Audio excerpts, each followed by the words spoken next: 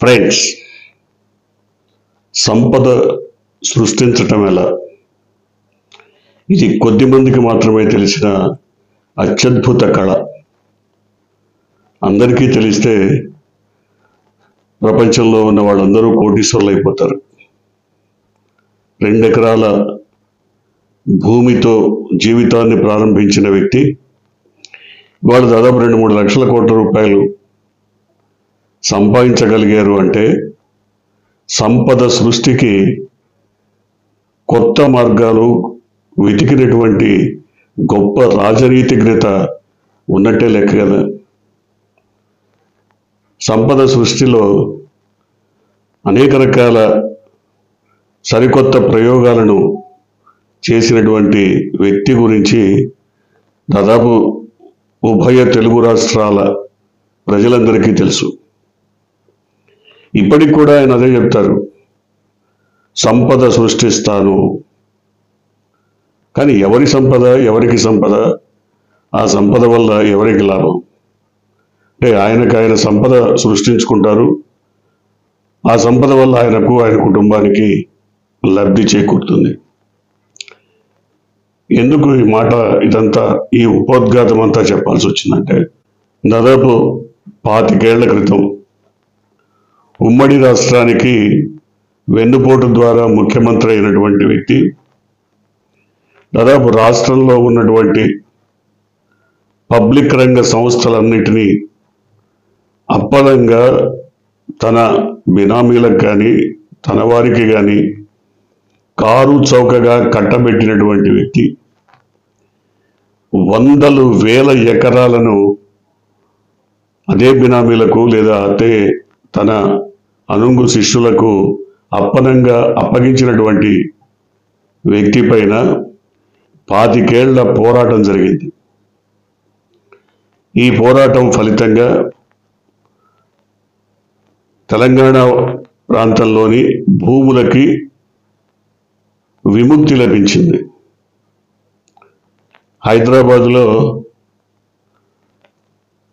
Hyderabad central university కేంద్రీయ విశ్వవిద్యాలయం 1968-69 ప్రాంతంలో ప్రత్యేక తెలంగాణ రాష్ట్ర ఉద్యమం ఊపందుకున్న తర్వాత అటు రాయలసీమలోను, ఆ తర్వాత ప్రత్యేకాంధ్ర ఉద్యమం మరి ఉవ్వెత్తున వెగసిపడ్డ తర్వాత ఈ ఉద్యమాల పరంపరను చూసినటువంటి అప్పటి ప్రధానమంత్రి ఇందిరాగాంధీ ముల్కీ నిబంధనను ఎత్తేసి, అంటే ముల్కీ అంటే స్థానికత, ఉర్దూలో ముల్కీ అంటారు, స్థానికత నిబంధనను ఎత్తేసి అందరూ చదువుకోవడానికి వీలుగా, అన్ని ప్రాంతాల వాళ్ళు వచ్చి చదువుకోవడానికి వీలుగా ఒక కేంద్రీయ విశ్వవిద్యాలయాన్ని 1974లో హైదరాబాద్లో ఏర్పాటు చేశారు. 1974లో హైదరాబాద్లో దాదాపు 2350 ఎకరాలకు పైగా ఒక పెద్ద విశాలమైనటువంటి ప్రాంగణంలో దాన్ని ఏర్పాటు చేశారు. అంటే ముల్కీ నిబంధన ఎత్తివేయటం వల్ల స్థానికత అనే అంశం పూర్తిగా తొలగిపోయి కేంద్రీయ విశ్వవిద్యాలయంలో ఏ రాష్ట్రం వాళ్ళైనా, ఏ దేశం వాళ్ళైనా చదువుకోవడానికి వీలు ఏర్పడింది. దానికి ముందు చూపుతో అప్పటి ప్రభుత్వాలు దాదాపుగా 2350 ఎకరాలని కేటాయించాయి. అయితే కేంద్రీయ విశ్వవిద్యాలయ భవనాలు కానీ, కార్యాలయాలు కానీ, హాస్టళ్ళు కానీ, లేదా టెక్నికల్ ల్యాబొరేటరీస్ కానీ, వీటన్నిటికీ 300-400 ఎకరాల కంటే పెద్దగా అవసరం లేకపోయింది. మిగతాదంతా ఖాళీగా ఉంది, అటవీ ప్రాంతంగా ఉంది. అందులో కొన్ని సెలయేళ్ళు ఉన్నాయి, కొన్ని తటాకాలు ఉన్నాయి. మొత్తం మీద ఒక డైవర్సిటీ ఉంది, పర్యావరణ వైవిధ్యం అక్కడ కనపడుతుంది. సో దాన్ని వివిధ రాష్ట్రాల నుంచి వచ్చినటువంటి విద్యార్థులే కాకుండా వివిధ దేశాల నుంచి వచ్చినటువంటి విద్యార్థులు కూడా అక్కడ ఆ పర్యావరణ వైవిధ్యాన్ని, బ్యూటీని ఆస్వాదిస్తుంటారు. కానీ సంపద సృష్టిలో భాగంగా ఎక్కడ కంటికి కనపడితే చాలు ప్రభుత్వ భూమి అక్కడ మటాష్. ఆ లెక్కల్లో కేంద్రీయ విశ్వవిద్యాలయం భూములు కూడా కళ్ళబడ్డాయి. ఈ పెద్ద మనిషి వెంటనే వీటిని ఎట్లా మొత్తం మీద సొంతం చేసుకోవాలి, లేదా ఎవరికైనా కట్టబెట్టి మన లాభం మనం ఏదో చేసుకోవాలి అంటే ఏమిటి మార్గం? ఎక్కడో దుబాయ్లో ఇతర దేశాల్లో వ్యాపారాలు చేసుకుంటున్నటువంటి బిల్లీరావు, ఇది అసలు పేరు కాదు, ఆయన అసలు పేరు అహోబిల్రావు. ఆయన ఇక్కడేదో ఒలింపిక్ క్రీడలకో లేకపోతే ఇంకో కామన్వెల్త్ క్రీడలకో ఇంకేదో క్రీడలకి ప్రోత్సాహంగా మీరు ఒక 1000 ఎకరాలు 1500 ఎకరాలు స్థలం ఇస్తే నేను క్రీడాకారులను తయారు చేస్తాను మీ రాష్ట్రం తరఫున అని అప్పుడున్నటువంటి ముఖ్యమంత్రి ది గ్రేట్ నారా చంద్రబాబు నాయుడిని అడగడం జరిగింది. ఆయన కళ్ళల్లో పడ్డటువంటి భూమి HCU, హైదరాబాద్ సెంట్రల్ యూనివర్సిటీకి సంబంధించిన భూమి ఆయన కళ్ళబడింది. ఇందులో 850 ఎకరాలను గోల్ఫ్ కోర్టులు, మొల్లగాడు, మన్ను, మశానం మొత్తం ఏవో రకరకాల పేర్లతో ఈ బిల్లీరావుకి కట్టబెట్టాడు. అందరూ ఏమన్నారు అప్పుడు? బిల్లీరావు బినామీ, ఇదంతా కూడా తెర వెనుక అసలు పల్లీరావుదే ఈ మొత్తం వ్యవహారం, బినామీగా ఉన్నాడే తప్ప బిల్లీరావుకి సంబంధం లేదు, మొత్తం ఈ పెద్ద మనిషే కొట్టేశాడు అని చాలా విమర్శలు అప్పట్లో వెల్లువెత్తాయి. అవి నిజమో కాదో ఎవరికి తెలియదు. ఈ బిల్లీరావుకి కేటాయింపు ఎప్పుడు చేశారు? 2004 సంవత్సరం కేటాయిస్తూ నిర్ణయం తీసుకున్నారు చంద్రబాబు నాయుడు ఆపద్ధర్మ ముఖ్యమంత్రిగా ఉన్నప్పుడు. అసలు కేటాయించాలనే నిర్ణయం ఎప్పుడు తీసుకున్నారు? 2003లో. 2003లో కేవలం ఒక కొత్త సంస్థను ఈ బిల్లీరావు సృష్టించాడు, IMG భారత్ అని. ఆ సంస్థకి 5 రోజుల్లోనే, సృష్టించిన 4-5 రోజుల్లోనే కేటాయింపులు జరపాలని అప్పటి చంద్రబాబు ప్రభుత్వం నిర్ణయం తీసుకుంది. 2004లో అప్పగించింది. అప్పగింతకు ఆయన ఆపద్ధర్మ ముఖ్యమంత్రిగా ఉండి కూడా సంతకాలు చేశాడు. ఇలాంటి కీలక నిర్ణయాలు ఆపద్ధర్మ ముఖ్యమంత్రిగా ఉండి తీసుకోకూడదు అని తెలియదా అంటే తెలిసి కూడా ఇచ్చేశాడు. అంటే 850 ఎకరాలు అప్పనంగా పోయింది.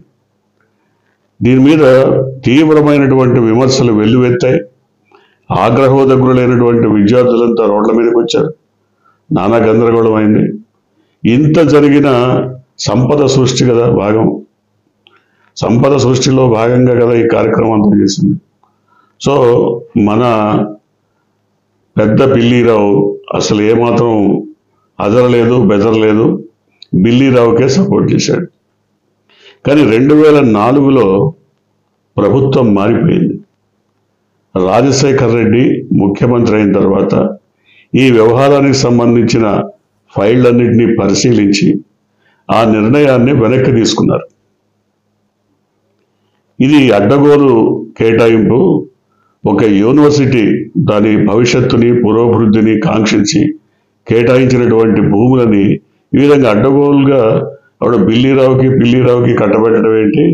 అది కూడా ఆ రోజుల్లోనే ఎకరం దాదాపుగా ఒక 7 కోట్లు 9 కోట్లు ఉంటే ఈయనకి 50,000 కట్టబెట్టాడు సార్ బిల్లీరావుకి, కారు చౌకగా. ఇదొక్కటే కాదు, నిజాం షుగర్స్ కానీ ఇంకే రకరకాల ఫ్యాక్టరీలు కూడా ఇంతే. ఒక 50 కోట్లు విలువైతే 50 లక్షలకు ఇచ్చేయటం. ఎందుకంటే మనవాళ్లే కదా, అంతా మనవాళ్లే కాబట్టి సంపద సృష్టిలో భాగం. సో ఇచ్చేశారు. ఇది కూడా అంతే, 7 కోట్ల 8 కోట్ల విలువైనటువంటి భూమిని 50,000 ఎకరం చొప్పున ఇచ్చేశారు. ఇదంతా కరెక్ట్ కాదని రాజశేఖర రెడ్డి ఆ ప్రభుత్వం తరఫున, ప్రభుత్వ అధినేతగా ఆ నిర్ణయాన్ని వెనక్కి తీసుకున్నారు. మొత్తం అది ఏదైతే జరిగిందో ఒప్పందాన్ని రద్దు చేశారు. దాంతో బిల్లీరావు ఆగ్రహోదగ్రుడైపోయాడు. బిల్లిరావు కాస్త పిల్లిరావుతో కలిసి కోర్టుకు వెళ్ళారు. కోర్టులో ఈ 25 ఏళ్ళు నడిచింది. 25 ఏళ్ల ప్రస్థానం తర్వాత గత నెలలో ఆంధ్రప్రదేశ్ హైకోర్టు ఆ ఒప్పందాన్ని రద్దు చేసి మొత్తం ఆ యూనివర్సిటీ భూముల్ని విడిపించింది. విడిపిస్తే అదంతా యూనివర్సిటీ భూమి కదా, యూనివర్సిటీకి చెందుతుందని అక్కడ విద్యార్థులు కానీ లేదా ఆ యూనివర్సిటీ పాలక మండలి కానీ భావించింది. కానీ ఈలోగా తెలంగాణ ప్రభుత్వం, రేవంత్ రెడ్డి ప్రభుత్వం దాన్ని ఇండస్ట్రియల్ ఇన్ఫ్రాస్ట్రక్చర్ కార్పొరేషన్,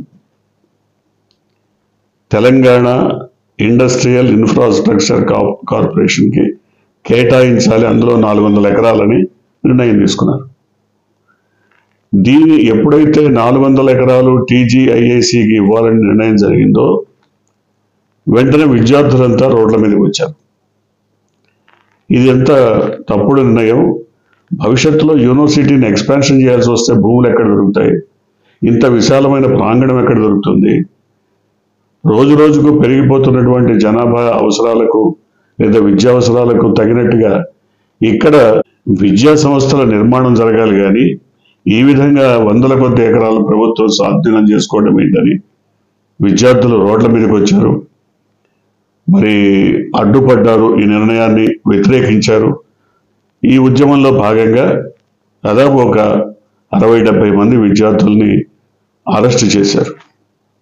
ఈ మొత్తం వ్యవహారం అంతా కూడా ఇప్పుడు వీధికెక్కింది. అసెంబ్లీలో కూడా రేవంత్ రెడ్డి మాట్లాడుతూ నేనేదో కష్టపడి దీన్ని మరి కోర్టులో ఫైట్ చేసి గెలిపించి తీసుకొచ్చాను, దీన్ని ఇండస్ట్రియల్ ఇన్ఫ్రాస్ట్రక్చర్ కార్పొరేషన్కి ఇవ్వాలని భావిస్తున్నాను, దీంట్లో తప్పే ఉంది, ఈ భూమిని తీసుకొచ్చిన తర్వాత ప్రభుత్వం అని కోర్టు చెప్పింది కానీ ఈ యూనివర్సిటీకి ఇచ్చేయమని అక్కడ చెప్పలేదు కదా అంటాడు ఆయన. సరే, ఆయన నిర్ణయం అయింది, ఆయన పద్ధతి అయింది. ఎంతైనా మన పెద్దపిల్లిరావు శిష్యుడు కాబట్టి ఆయన తరహా పద్ధతిలో ఆయన పోతున్నారు. ఏది ఏమైనప్పటికీ ఇదంతా ఎందుకు చెప్తున్నామంటే ఇవాళ ఒక్క బిల్లిరావుకి ఇచ్చినటువంటి 850 ఎకరాల విషయమే బయటకు వచ్చింది. ఇంతకు మించిన స్కామ్స్ అక్కడ అమరావతిలో జరుగుతున్నాయి. అమరావతిలో ఇంతకు మించినటువంటి అనేక రకాల స్కామ్స్ జరుగుతున్నాయి. అనేక అసైన్డ్ ల్యాండ్స్ కూడా చాలామంది బినామీలు కొనేశారు. ప్రభుత్వ భూములు ఉన్నాయి, అసైన్డ్ ల్యాండ్స్ ఉన్నాయి, దాంట్లో రకరకాల భూములు ఉన్నాయి. అవన్నీ కూడా ఈ విధంగా రేపు ప్రైవేట్ వ్యక్తులకు దారాదత్తమయ్యేటువంటి పరిస్థితి. కానీ అవి కూడా ఇట్లాగే కోర్టులకు వెళ్ళి కేసులు నడిచి ఏ 25 ఏళ్లకో 30 ఏళ్లకో మళ్ళీ ప్రభుత్వం స్వాధీనం చేసుకోమని లేదా అసైన్డ్ ల్యాండ్స్ అన్నీ కూడా ఒరిజినల్ పట్టేదారులకు ఇచ్చేయమని తీర్పులు వస్తే అప్పుడు పరిస్థితి ఏంటి? సో ఇవాళ కేటాయింపులు జరపడానికి, నిర్ణయాలు తీసుకోవడానికి, తన ఇష్టానుసారం ఏదైనా చేయడానికి జీవోలను అడ్డగోలుగా మార్చేసి నిర్ణయాలు తీసుకుంటున్నటువంటి పరిస్థితి. కానీ ఈ నిర్ణయాలన్నీ ఒకవేళ తవ్వి తీసే అవకాశం ఉంటే, తవ్వి తీస్తే కోర్టులు కూడా వీటిని విచారిస్తే చాలా కుంభకోణాలు బయటపడేటువంటి అవకాశం ఉంది. దీని మీద జగన్మోహన్ రెడ్డి ప్రభుత్వం తమ స్థాయిలో కొంతవరకు పోరాడింది. కానీ అప్పటి పరిస్థితుల్లో, ఆనాడు ఉన్నటువంటి పరిస్థితుల్లో కోర్టులు కూడా జగన్మోహన్ రెడ్డి ప్రభుత్వాన్ని తప్పుపట్టాయి. కానీ పూర్తిగా లోతులకు వెళ్ళి ఈ విషయాల్ని పరిశీలించినట్టుగా కనపడదు.